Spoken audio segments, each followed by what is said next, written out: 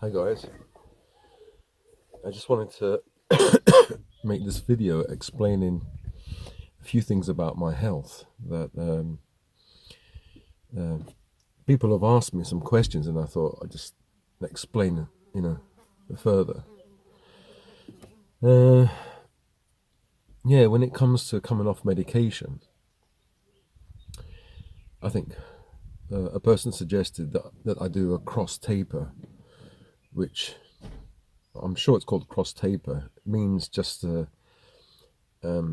stop taking Paxil, the SSRI, reduce it. As you reduce it, then you start taking another one. This is zero. Almost when you're at zero, you start taking the other one, because you can't take them at the same time. Because if you take two SSRIs at the same time, then you probably get into a situation called serotonin syndrome, where I don't know, maybe you have too much serotonin in your brain, and it can be lethal. It can be fatal. So you have to reduce one to almost zero, and then start taking the other one and increasing the other one. And the one that they usually use is Prozac or fluoxetine. And the reason why they use fluoxetine is because it has a long half-life, like a few days, I think. I'm not sure. That means that half of the medication has gone out of your system after a few days, whereas Paxil or Seroxat, it's called Seroxat here in the UK, I think its half-life is only 16 hours. So within 16 hours, half of it is gone out of your system. And some might think, oh, that's good, that medication is clearing your system quickly. But no, it's not good, because that impacts brain chemistry too quickly. So even when you're reducing dose, you think, oh, okay, I'm just taking 5 milligrams instead of 20 milligrams, so the jolt will be less. No, it's not.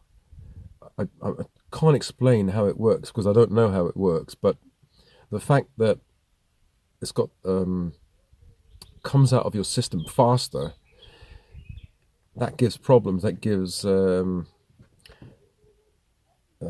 it doesn't give, you can't call it withdrawal, because otherwise, the company could be sued. So they called it discontinuation syndrome, which means, it almost means, yeah, it does mean withdrawal, because you're addicted. It is an addiction. Otherwise, I would have been able to come off it years ago. For years, I haven't been able to come off it. It's so difficult to come off. The problem is, as you go down, 20, 10, 5, you think every time you go down, there's a crisis. You're going to have to ride the waves of, like, emotional pain, and lots of bad things can happen. And I've been doing it. It took me about 8 years to go from 15 milligrams to 5 milligrams, only 10 milligrams, But it's been a fight, a real fight. And sometimes I think, is it worth it? Is it really worth it? But recently, I did see online, there was a doctor saying that Paxil or Seroxat has been linked to, potentially linked to dementia. In a Yeah, that's all I need. Yeah, in a study, there was suggested that there could be a link. And also the other medication that I'm taking, also there's a link to dementia, or suggested a potential link to dementia. I think the reason for the SSRI, I'm not sure, but the reason for the, I, you're damned. It's like you're damned if you do, and you're damned if you don't. If you take the SSRI, then there could be potentially a link to dementia down the road. If you don't take it, there is a link to dementia if you have more depression and anxiety in your life. So, because I suppose depression, anxiety creates neuroinflammation, I don't know how the drug creates a problem long term when it comes to dementia, but the acid suppressant drug, the PPI, is called Omeprazole. I've taken that for 3 decades as well. And funnily enough, I took it 1 year after I started taking the Paxil. And it didn't really click until, was it a few years ago? I saw I did a search, I saw a study online, and it suggested that taking Paxil, specifically Paxil, weakens the les, the lower esophageal sphincter, which is the sphincter at the opening of the stomach. You have the esophagus, then you have the sphincter here. And if this is relaxed or weakened, or if you have a hiatal hernia going sliding up and down, then you're going to have reflux. So it could be that, I think it just makes sense that after a year I had to start taking omeprazole because I had loads of acid, and I didn't have any acid before that. So, you know, I want to come off omeprazole, but I might have to come off Paxil in order to come off omeprazole, because as long as I take that medicine, it kind of chills you out, it relaxes you. And it seems like things that relax you relax also that area, the les, this sphincter. Things like chamomile, for example, and chocolate, they chill you out, they relax you. But chocolate and chamomile is a carminative, and it relaxes that area. Chocolate also relaxes that area, increases serotonin, but it relaxes that area. So the things that affect serotonin seem to relax that area. That makes sense because serotonin is a happy, relaxing neurotransmitter. So maybe anything that you take that affects it will affect serotonin elsewhere in the body, or relax other tissue. I don't know, something like that.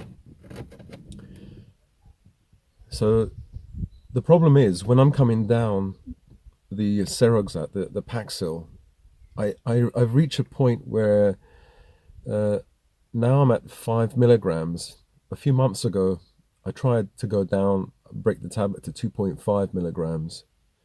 I should switch to a liquid Seroxat, which I can measure with a syringe and go down 1 milligram and stay on it for 1 month. I tried that a few years ago, and I just struggled for a year. But little did I know, I think it had, I checked after about a year in the ingredients, it had parabens. I was drinking parabens for a year. You're only supposed to take it for a short amount of time, so just stop taking it. So I took it I took the 2.5 milligram dose for a few weeks. Wow. Within a few days, I felt angry towards my family, towards the dogs, towards myself, aggressive, crying, just felt like crying. I felt hopeless, I felt depressed, I felt stressed, so stressed. And I increased. Sorry. Wait a minute. Sorry, as I was saying.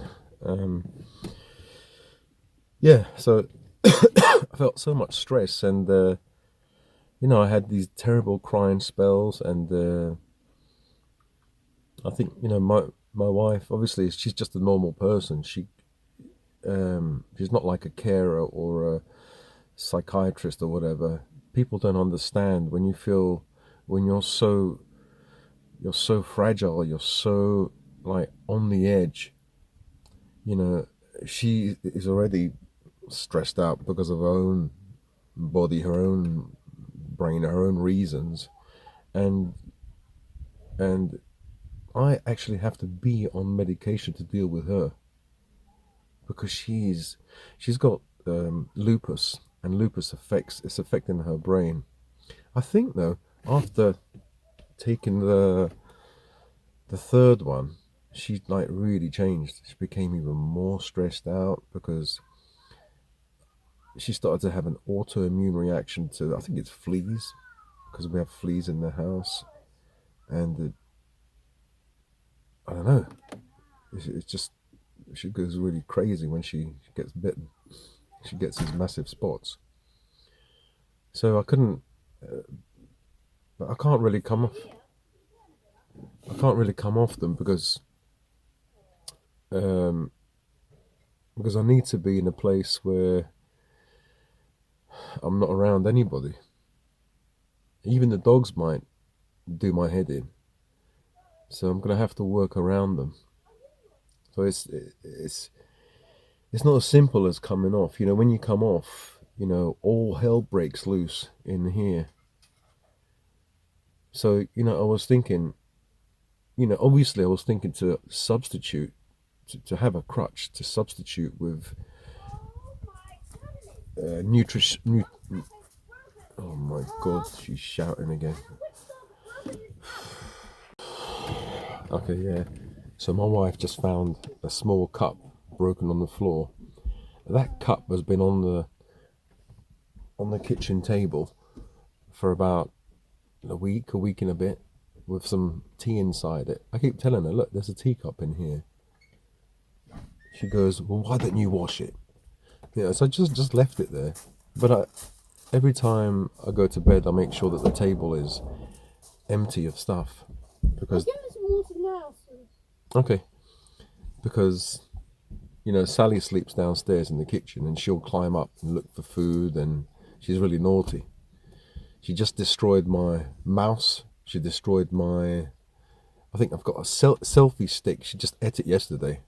So you have to be so careful with her, where you leave stuff. Not all the dogs are like that. Dave is like that. Who else? Dave and Sally. They're terrible. But the rest are okay.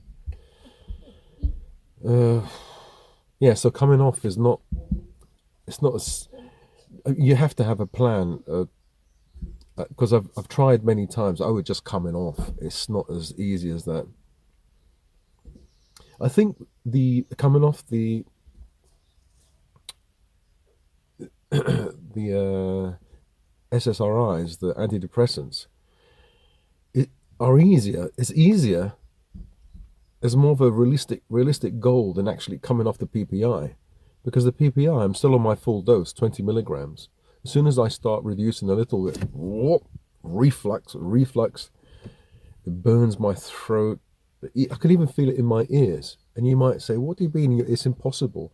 But I think we've got pepsin receptors in the throat and in the ear somewhere. Because it's not only acid that reflux, it's at least it's three fluids. It's three substances: bile, pepsin, and acid.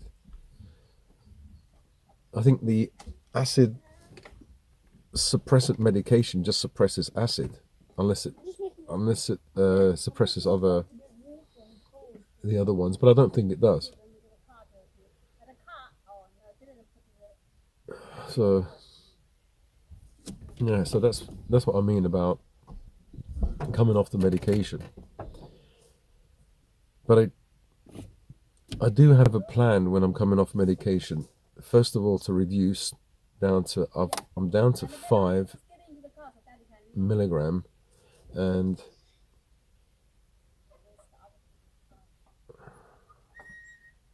bloody moaning again, moaning. I better get off, you know. So I'll speak to you guys another time.